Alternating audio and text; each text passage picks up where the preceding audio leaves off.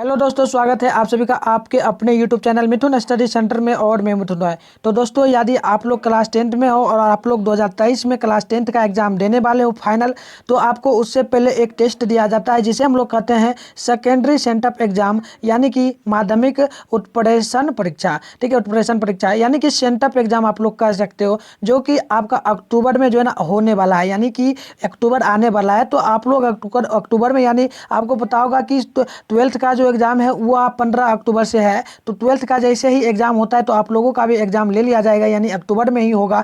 और मैं आपको इस क्लास में आपको दिखाने वाला हूँ वायरल पेपर, यानी कि वायरल पेपर तो नहीं है लेकिन ये कह सकते हो एक प्रकार से आउट पेपर ही है, क्योंकि जो भी प्रश्न मैं आपको अभी करवाऊंगा ना वो काफ़ी इंपॉर्टेंट होगा आपके बोर्ड एग्जाम के लिए। तो आप लोग यदि चाहते हो कि हम भी सेंटअप एग्जाम में जाके अच्छा नंबर लाएं और फिर आप फाइनल बोर्ड एग्जाम में बैठ जाओ, तो इसके लिए आपको इस वीडियो को देखना पड़ेगा कंटिन्यू। तो चलिए, बिहार बोर्ड के लिए यह वीडियो स्पेशल है, तो आप लोग कंटिन्यू देखते रहना।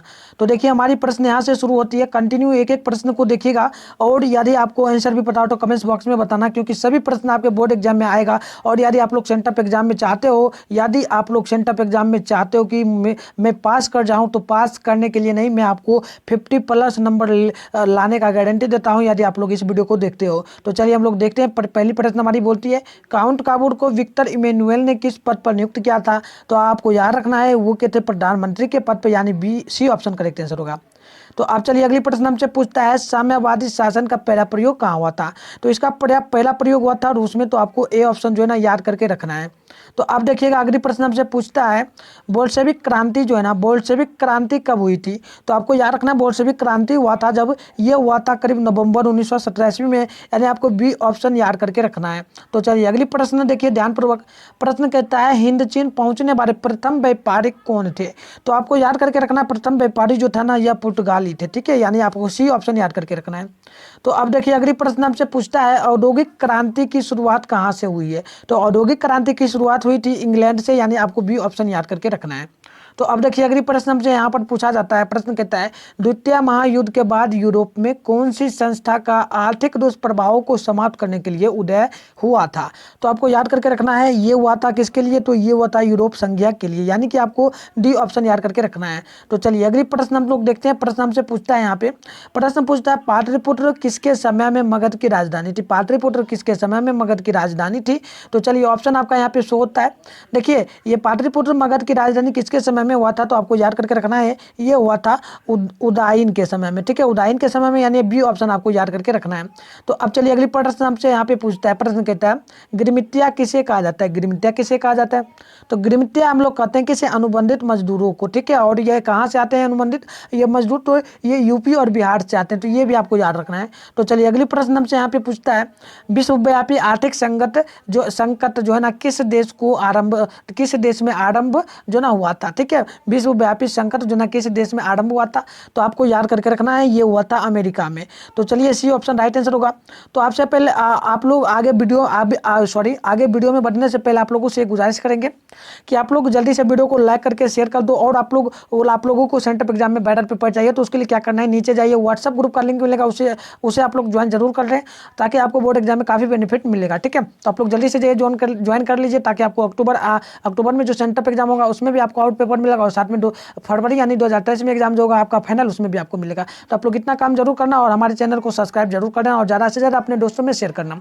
तो चलिए, 10 नंबर प्रश्न हमसे पूछता है, गुटेनबर्ग का जन्म किस देश में हुआ था? तो याद करके रखना है, उनका जन्म हुआ था जर्मनी में। ठीक है, तो आपको डी ऑप्शन याद करके रखना है। तो अब देखिए, अगले प्रश्न पूछता है, किसने कहा था कि हमारे पास पेट भरने के लिए बहुत कुछ है परंतु पेटी भरने के लिए कुछ नहीं है? तो आपको याद करके रखना है, ये कहे थे किन्होंने? तो ये कहना था महात्मा गांधी का, यानी आपको सी ऑप्शन याद करके रखना है। तो चलिए, अगली प्रश्न हमसे पूछता है, निम्नलिखित में से किसे साम्यवादी संस्थापक के रूप में माना जाता है? तो आपको याद करके रखना है, ये माना जाता है कार्ल मार्क्स को। ठीक है, यानी डी ऑप्शन आपको याद करके रखना है। तो देखिए, अगली प्रश्न पूछता है, सामंती व्यवस्था से हटकर किस प्रकार की शहरी व्यवस्था की प्रवृत्ति बढ़ी है? तो आपको याद करके रखना है, ये कौन सी संस्था होगी? तो ये हुई है हमारी प्रगतिशील प्रवृत्ति, यानी ए ऑप्शन आपको याद करके रखना है। तो चलिए, अगली प्रश्न हमसे देखिएगा ध्यानपूर्वक। कहता है, प्रश्न पूछता है, वाष्प चलित रेल इंजन का आविष्कार किया था? वाष्प चलित यानी कि क्या कहते हो, जो कि भाप के द्वारा, पानी का जो भाप होता है उसके द्वारा जो रेल इंजन चलता था वो किसने चलाया था? तो याद करके रखना है, ये चलाए थे कौन? जॉर्ज स्टीफेंसन ने, यानी कि आपको सी ऑप्शन याद करके रखना है। तो चलिए अगली प्रश्न हमसे पूछता है, देखिएगा ध्यानपूर्वक, मुंबई में प्रथम सूती कपड़ा मिल किस वर्ष स्थापित की गई थी? तो याद करके रखना है, ये 1854 ईस्वी में हुआ था, यानी सी ऑप्शन आपको याद करके रखना है। तो चलिए अगली प्रश्न हमसे पूछता है, मार्टिन लूथर कौन था? तो मार्टिन लूथर जो था वो था कौन? तो धर्म सुधारक था, यानी सी ऑप्शन आपको याद करके रखना है। तो चलिए अगली प्रश्न देखिए, प्रश्न कहता है, फूट डालो और राज करो की नीति किसने अपनाई थी? फूट डालो और राज करो की नीति किसने अपनाई थी? तो ये अंग्रेजों ने अपनाई थी, यानी ए ऑप्शन आपको याद करके रखना है। तो चलिए अगली प्रश्न देखते हैं। अगली प्रश्न कहता है हमारा यहाँ पे, प्रश्न कहता है, भारतीय राष्ट्रीय कांग्रेस के पहले अध्यक्ष कौन थे? भारतीय राष्ट्रीय कांग्रेस के अध्यक्ष पहले अध्यक्ष कौन थे? तो याद करके रखना आप लोगों को, ये पहले अध्यक्ष थे कौन? तो व्यामोस चंद्र बनर्जी, यानी बी ऑप्शन आपको याद करके रखना है। तो देखिए अगली प्रश्न पूछता है, सिपाही विद्रोह कब हुआ था? सिपाही विद्रोह जो है ना कब हुआ था? तो सिपाही विद्रोह जो हुआ था ना, ये हुआ था 1857 ईस्वी में, यानी आपको बी ऑप्शन याद करके रखना है। तो चलिए अगली प्रश्न देखिए ध्यानपूर्वक, प्रश्न कहता है विनय कांग्रेस कब पारित हुआ था? विनय कांग्रेस कब हुआ था? तो विनय कांग्रेस जो हुआ था ये हुआ था हमारा 1815 ईस्वी में, यानी कि ए ऑप्शन आपको याद करके रखना है। तो देखिए अगली प्रश्न हमसे यहाँ पे पूछता है, प्रश्न कहता है, 15वीं लोकसभा में महिलाओं की कितनी भागीदारी थी? 15वीं लोकसभा का चुनाव जब हुआ था तो उसमें महिलाओं की कितनी भागीदारी थी?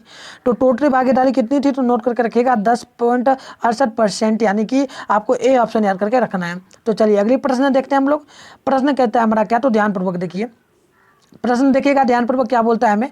प्रश्न कहता है, निम्नलिखित में से किसे विशेष राज्य का दर्जा प्राप्त है? ठीक है, किसे विशेष राज्य का दर्जा प्राप्त है? तो याद करके रखिएगा, जम्मू कश्मीर को विशेष राज्य का दर्जा प्राप्त है, यानी सी ऑप्शन आपको याद करके रखना है। तो देखिए अगली प्रश्न हमसे यहाँ पर पूछा जाता है, निम्नलिखित में से कौन पंचायत समिति का अंग नहीं है? पंचायत समिति का अंग कौन नहीं हो सकता है? तो याद करके रखिएगा, प्रमुख जो है ना पंचायत समिति का अंग नहीं होता है। ठीक है, तो चलिए अगली प्रश्न देखिए ध्यानपूर्वक, प्रश्न कहता है हमारा, किस देश में बहुदलीय व्यवस्था नहीं है? किस देश में बहुदलीय व्यवस्था जो है ना नहीं है?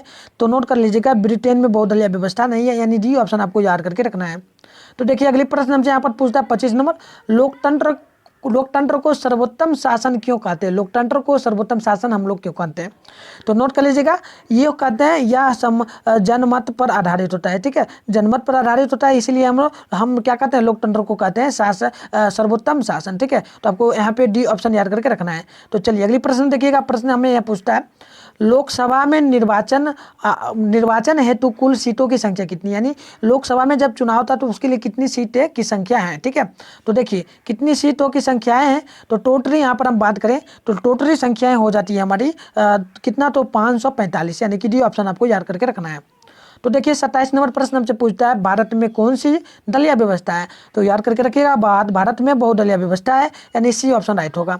तो चलिए अगली प्रश्न देखिए, प्रश्न हमसे यहाँ पर पूछता है, सूचना के अधिकार आंदोलन की शुरुआत कहाँ से हुई थी? सूचना के आंदोलन अधिकार की शुरुआत जो ना कहाँ से हुई थी?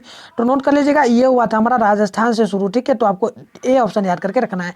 यहीं पे प्रश्न आपसे एक और पूछेगा कि सूचना का अधिकार जो है ना कब से शुरू हुआ था? तो 2005 से शुरू हुआ था। ठीक है, तो ये भी आपको याद करके रखना है। तो चलिए अगली प्रश्न देखिएगा, प्रश्न हमसे पूछता है, सांप्रदायिक राजनीतिक आधारित किस पे होती है?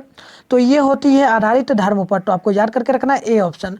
तो चलिए अगली प्रश्न हम लोग देखेंगे, प्रश्न हमसे पूछता है 30 नंबर, कहता है, प्रश्न, पंचायती राज संस्थाओं में संवैधानिक दर्जा किस संविधान संशोधन से प्राप्त हुआ है? ठीक है, तो नोट कर लीजिएगा, ये हमारा हुआ है कितना? तो ये हुआ है 73वां संशोधन से, तो आपको बी ऑप्शन याद करके रखना है।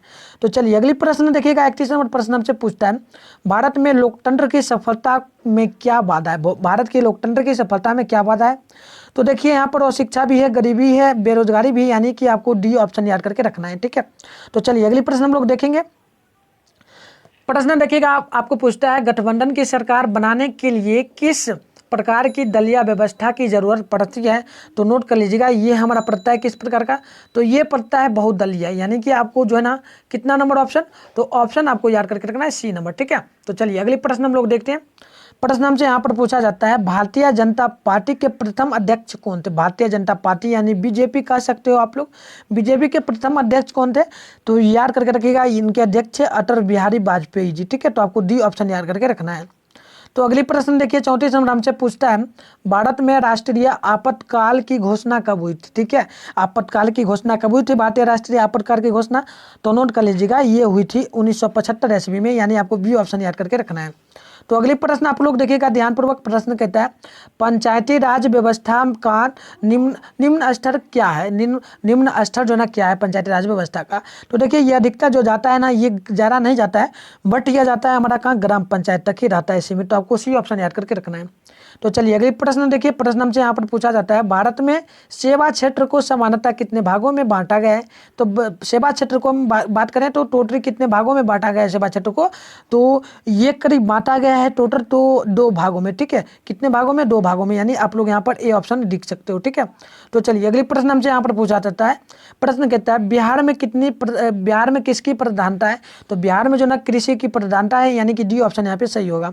तो चलिए अगली प्रश्न हमसे यहाँ पर पूछता है, प्रश्न कहता है बिहार में किस जिले की प्रति व्यक्ति आय सर्वाधिक है? यानी बिहार में कौन सा जिला है जिसका प्रति व्यक्ति आय सबसे ज़्यादा है? तो ये हमारा शायद हो जाता है किसका, तो पटना का हो जाता है। तो आपको यहाँ पे ए ऑप्शन याद करके रखना है। ठीक है, तो चलिए अगली प्रश्न देखिएगा, प्रश्न हमसे यहाँ पर देखिएगा पूछता है, प्रश्न कहता है यदि मुद्रा हमारी अर्थव्यवस्था का हृदय नहीं है तो रक्त प्रवाह आवश्यक है, यह कथन किनका है? तो यह कथन किनका है? तो नोट कर लीजिएगा, यह कथन हमारा हो जाता है किनका, तो क्या किनका होगा? तो ये होगा ट्रेंस स्कॉट का, स्कॉट का, यानी आप लोग डी ऑप्शन यहाँ पे नोट कर लीजिएगा। तो चलिए अगली प्रश्न हमसे यहाँ पर पूछा जाता है, राष्ट्रीय उपभोक्ता हेल्पलाइन नंबर क्या है? राष्ट्रीय उपभोक्ता हेल्पलाइन नंबर क्या है? तो हेल्पलाइन नंबर हम लोग बात करेंगे तो 1811 और 4000 होता है, यानी कि डी ए ऑप्शन हमारा यहाँ पे सही हो जाएगा। तो चलिए अगली प्रश्न हम लोग देखेंगे, प्रश्न हमसे यहाँ पर पूछा जाता है 41 नंबर, कहता है आर्थिक विकास का तीसरा क्षेत्र क्या है? आर्थिक विकास का तीसरा क्षेत्र क्या है? तो तीसरा क्षेत्र हमारा यहाँ पे हो जाता है सेवा क्षेत्र, और पहला क्षेत्र की बात करें तो कृषि क्षेत्र हमारा पहला क्षेत्र होता है। ठीक है, पहला क्षेत्र की बात करें तो कृषि क्षेत्र, ये भी याद करना है। और द्वितीय क्षेत्र की बात करें तो हम शिक्षा ले सकते हैं, शिक्षा औद्योगिक में आता है, तो शिक्षा सॉरी की विज्ञान क्षेत्र है, तो शिक्षा नहीं ले सकते हैं, शिक्षा में ही हमारा आ जाता है ये क्या आ जाता है, तो सेवा क्षेत्र आ जाता है। यहाँ पर शिक्षा दिया ही नहीं है, तो यहाँ पर हमारा दूसरा ये होगा, पहला ये होगा। ठीक है, और ये हमारा तीसरा होगा, तो आपको याद करके रखना है। तो चलिए अगली प्रश्न देखिए, प्रश्न हमसे यहाँ पर पूछा जाता है भारत की राष्ट्रीय आय का सर्वप्रथम अनुमान किसने लगाया था? तो ये लगाया था किन्होंने? तो याद करके रखना है, ये दादाभाई नौरोजी ने लगाया था। ठीक है, तो आपको डी ऑप्शन याद करके रखना है। तो देखिए अगली प्रश्न हमसे यहाँ पर पूछता है, दीर्घकालीन ऋण प्रदान करने वाली संस्था कौन सी है? तो ये कौन सी संस्था है? तो नोट कर लीजिएगा, ये संस्था हमारी हो जाती है भूमि विकास बैंक, यानी कि बी ऑप्शन आप लोग नोट कर लीजिएगा। तो चलिए अगली प्रश्न देखिए, प्रश्न हमसे 44 नंबर पूछता है, संचार का सबसे लोकप्रिय साधन क्या है? तो संचार का सबसे लोकप्रिय साधन हमारा यहाँ पे क्या होगा? तो यहाँ पे वर्तमान में नहीं दिया, वर्तमान में देता तो हम लोग मोबाइल में मारते, लेकिन वर्तमान में नहीं दिया तो टेलीफोन में हम लोग मारेंगे, यानी ए ऑप्शन राइट आंसर होगा। तो चलिए अगली प्रश्न देखिए, प्रश्न कहता है निम्नांकित में से कौन संचार सेवाओं का अंग नहीं है? संचार सेवाओं का अंग क्या नहीं हो सकता है? तो हमारा समाचार पत्र हमारा हो जाता है, और देखते हैं टेलीफोन भी हो जाता है। ठीक है, और टेलीविज़न भी हो जाता है, बट हमें यहाँ पर पूछा जा रहा है कौन संचार का सबसे लोकप्रिय साधन नहीं है। तो यहाँ पे हम लोग बात करें कितना नंबर प्रश्न है, तो 45 नंबर। ठीक है, तो यहाँ पर हमारा यहाँ पे सभी होगा। ठीक है, सभी होगा। शायद यहाँ पे क्या दिया प्रश्न, फिर से देख लेते हैं। प्रश्न दिया गया है मतलब कि निम्नलिखित में कौन संचार सेवाओं का अंग, यानी सभी होगा हमारा। सॉरी मैंने नहीं पढ़ा था सही ढंग से, तो यहाँ पे सभी होगा, इनमें सभी। ठीक है, तो चलिए अगली प्रश्न देखिए, प्रश्न यहाँ पे हमसे पूछता है मानव पूंजी निर्माण का मुख्य घटक क्या है?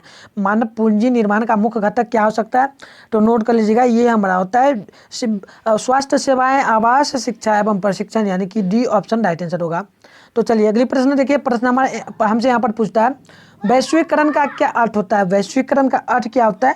तो वैश्वीकरण का अर्थ हमारा जो होता है ना, विश्व व्यवस्था से संबंध होता है, संबंध, यानी आप लोग यहाँ पे सी ऑप्शन नोट कर लीजिएगा। तो चलिए अगली प्रश्न देखिए, प्रश्न हमसे यहाँ पर पूछा जाता है, प्रश्न कहता है अर्थव्यवस्था के किस क्षेत्र को हरित क्रांति संबंधित है?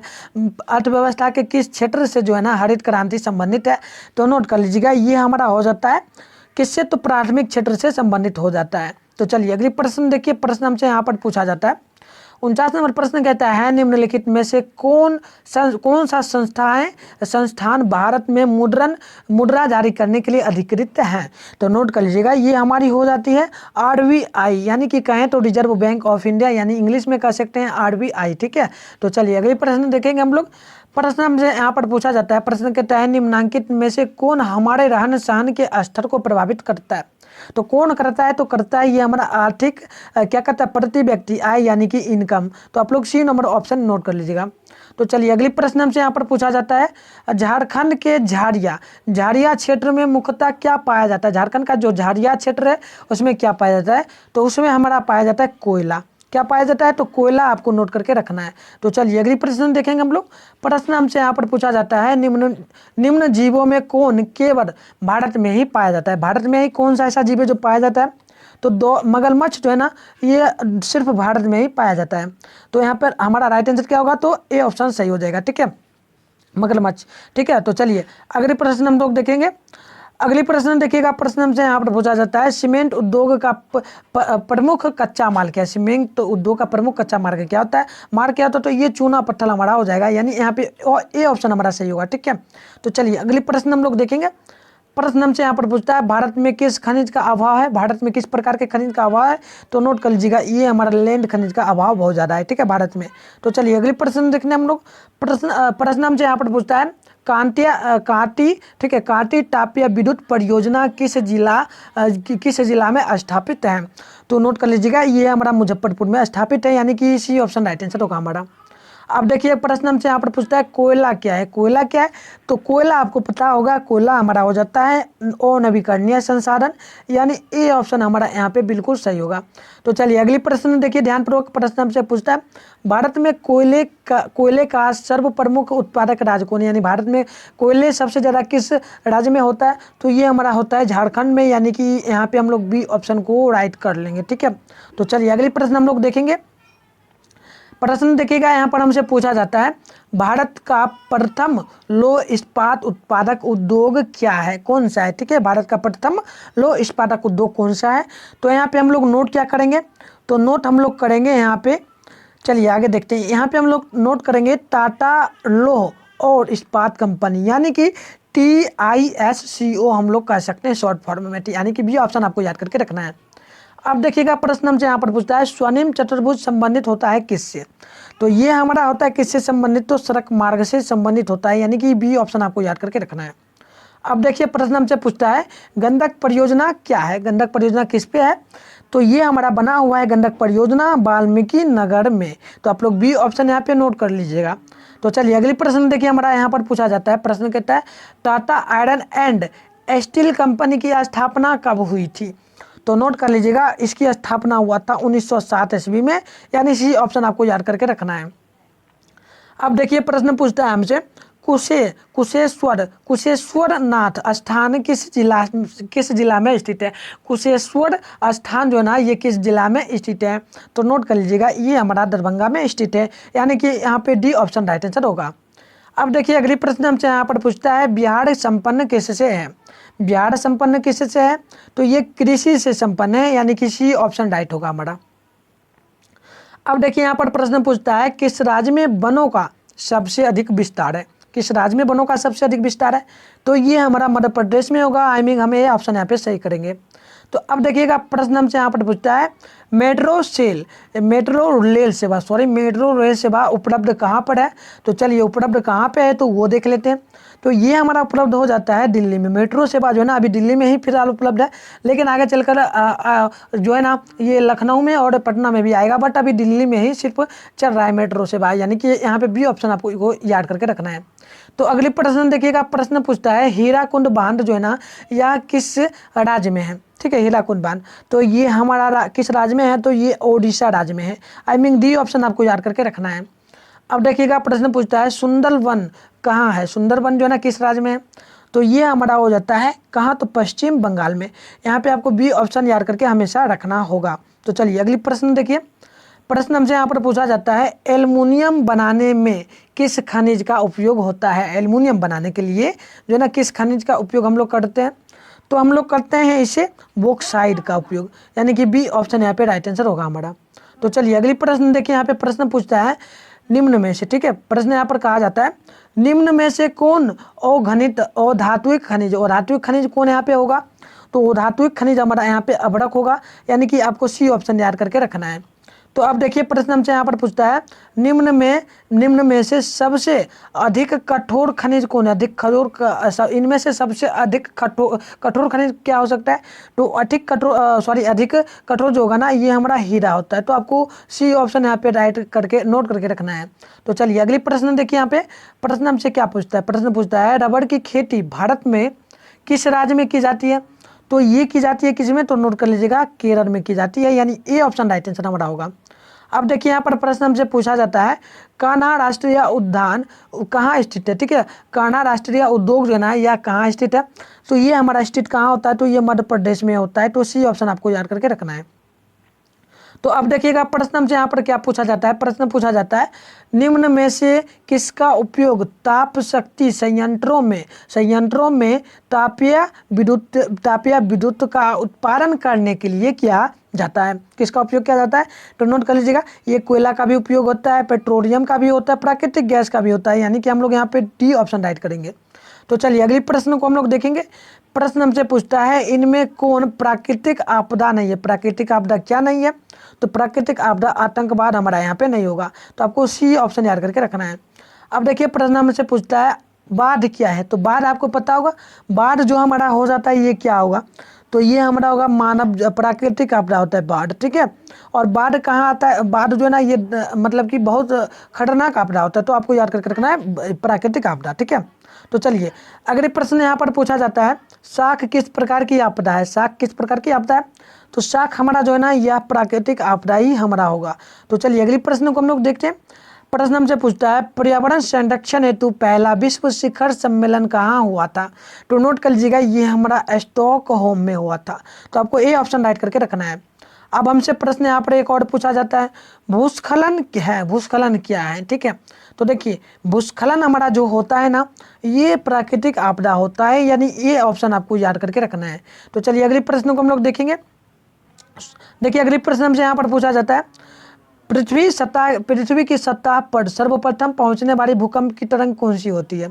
सबसे पहले पहुंचने वाला तरंग, तो आपको नोट करके रखना है ये हमारा पी तरंग होता है। ठीक है, क्या होता है, तो पी तरंग हमारा होता है, सॉरी तरंग होता है, लिख देते हैं फिर से, पी तरंग होता है। तो आपको यहाँ पे ऑप्शन क्या चूज करना है, तो ए ऑप्शन आपको चूज करना है। तो चलिए अगली प्रश्न देखिए, ध्यानपूर्वक प्रश्न कहता है शाख क्या है। शाख क्या है, तो शाख भी हमारा प्राकृतिक आपदा ही होता है, यानी कि ए ऑप्शन आपको याद करके रखना है। तो दोस्तों आई होप आप सभी को यह वीडियो देखने के बाद जो है ना सेंटअप एग्जाम में कुछ राहत मिलेगा। कुछ नहीं, बहुत सेंटअप एग्जाम जो है ना काफ़ी हार्ड होता है। सेंटअप एग्जाम जो है ना फाइनल बोर्ड के जैसा होता है। पहली बात जान लीजिएगा, सेंटअप एग्जाम फाइनल जैसे बोर्ड हो जाए, फाइनल परीक्षा सेम उसी प्रकार से होता है। और इसमें यदि आप लोग कितना नंबर आपको हर विषय में लाना होगा, तो आपको टोटली 35 नंबर हर विषय में लाना होगा, तभी आप लोग पास कर पाओगे। और पास करोगे तभी आपका एडमिट कार्ड जो है ना जारी होगा। तो आप लोग इसी प्रकार से इस वीडियो को पूरा देख लो, अपने आपका जितना भी फ्रेंड होगा उनमें भेज देना वीडियो को। और हमारे चैनल पर नए तो चैनल को भी सब्सक्राइब कर लेना, ताकि आपको बोर्ड एग्जाम में जो ना इसी प्रकार से आपको क्वेश्चन जितना भी आउट यानी बॉर्डर पेपर होगा मिलेगा। तो आप लोग हमारे व्हाट्सएप ग्रुप को अभी तक ज्वाइन नहीं किया तो नीचे जाइए, व्हाट्सएप ग्रुप का लिंक आप लोग वीडियो के डिस्क्रिप्शन बॉक्स में मिलेगा लिंक, वहाँ पे आप लोग जाकर ज्वाइन कर लेना और आपको इसी प्रकार से तैयारी करवाया जाएगा। ठीक है, तो चलिए यहीं पे हम लोग वीडियो को समाप्त करते हैं। आशा है कि आप लोगों को इस वीडियो को देख के कुछ नॉलेज मिला होगा। तो चलिए टाटा और बाय बाय।